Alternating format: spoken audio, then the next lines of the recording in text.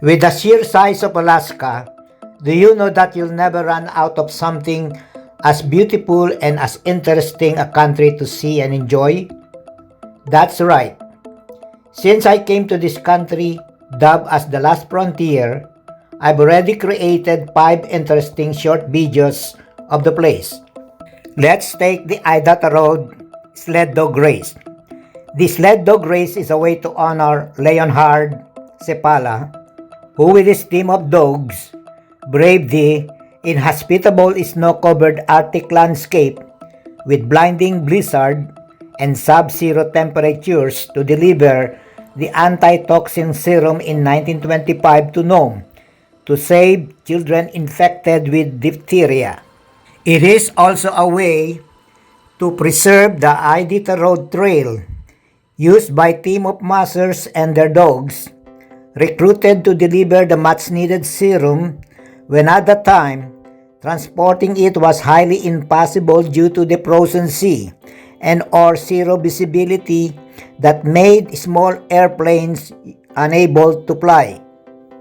It was a race against time, and with a round-the-clock relay staged by the mushers and their sled dogs, the delivery of the serum made it in time.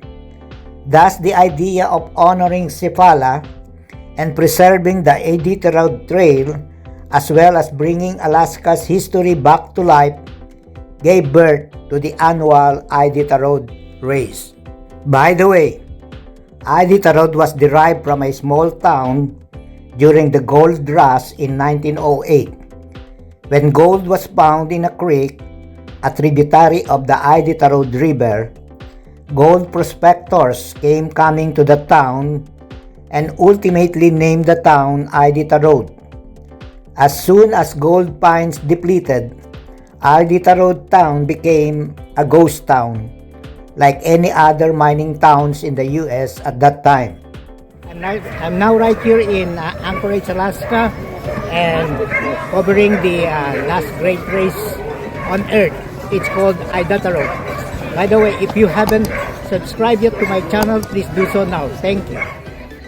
This year's Iditarod Sled Dog Race had been dubbed as the last great race on Earth.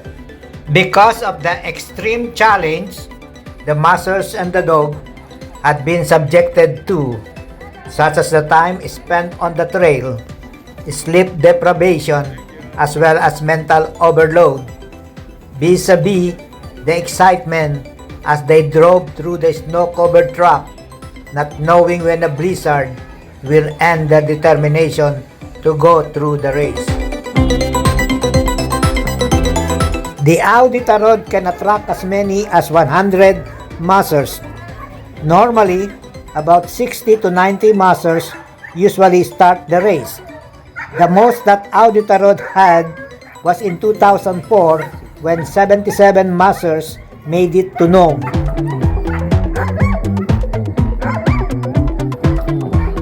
There are 3 mandatory rests that each team must take during the race. One 24-hour layover to be taken at any checkpoint, an 8-hour layover taken at any checkpoint on the Yukon River, and an 8-hour stop at White Mountain. Only northern dog breeds like Siberian Huskies, Alaskan Huskies, and Alaskan Malamutes are allowed to race in the Iditarod. They have the built-in advantages that no amount of training can replicate.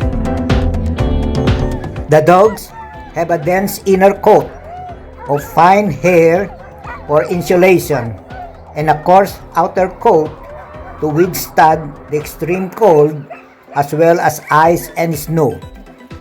These dogs could run for 50 miles without a break. For the entire duration of the race, the dogs often eat their meals as a soup of mix of various meats like beef or fish mixed with kibble and water. The dogs get their hydration through the meat and water mix.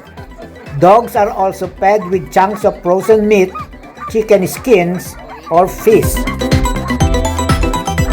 All dogs in the race have been implanted with microchip so that in the event they get lost, they can easily be identified and their owner as well. The microchip is so tiny that when the dog gets their initial vaccine series, it is implanted by a specially designed hypodermic needle either in the shoulder area, back of the neck, or behind the ear, where it stays for the life of the animal.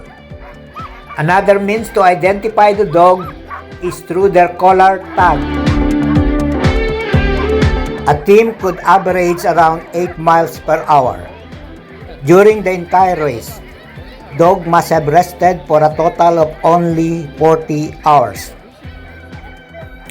Incidentally, the 2022 Iditarod race showed their support to the Ukrainians who are being killed indiscriminately by the Russian soldiers by displaying that blue and yellow flag along the ceremonial route of the last great race on earth.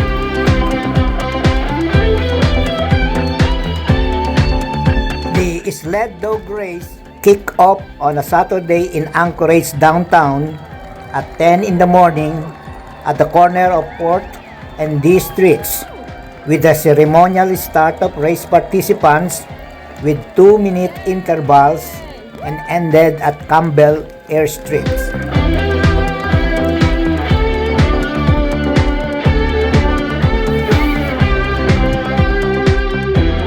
The following day, Sunday, at 2 in the afternoon,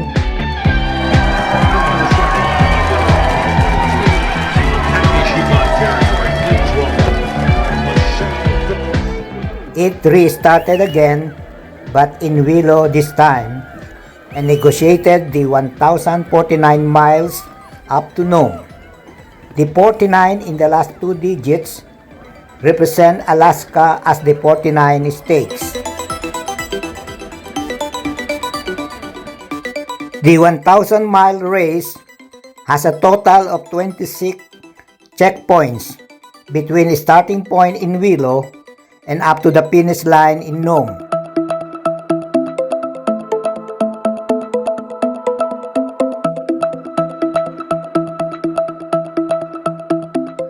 The last checkpoint before Nome is 22 miles away.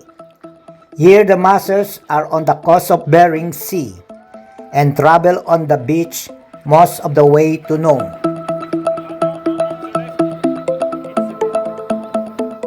Dogs must run for about 100 miles a day, pulling about 400 pounds and enduring temperatures as low as 60 degrees below zero, running along jagged mountain ranges, frozen river, dense forests, treeless tundra, and miles of windswept coast.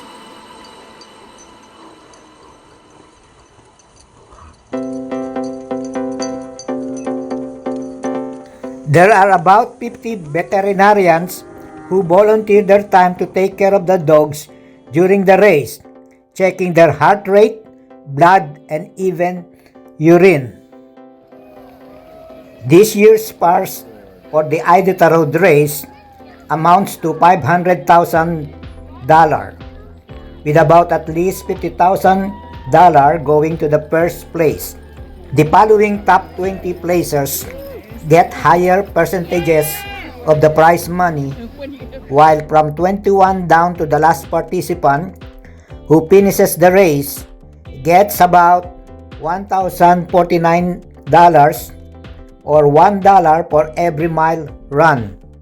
The last finisher, who usually takes longer time to finish the race, gets the Red Lantern Award. The recorded longest time it took to complete the race was 32 days, 15 hours, 9 minutes, and 1 second. And the fastest time so far that it took to breeze through the 1,000 miles of snow-packed covered route, frozen waterways, and desolate tundra was 8 days, 3 hours, 40 minutes, and 13 seconds by Mitch Seavey in 2017.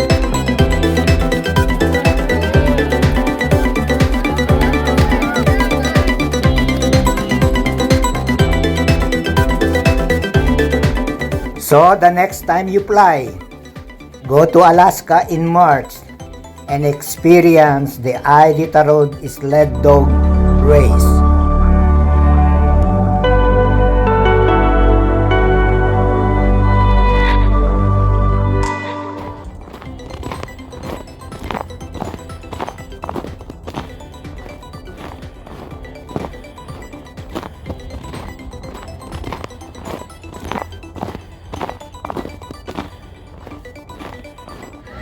That's all folks for today. See you again in my next vlog. And if you haven't subscribed to my video, please do so now. Thank you.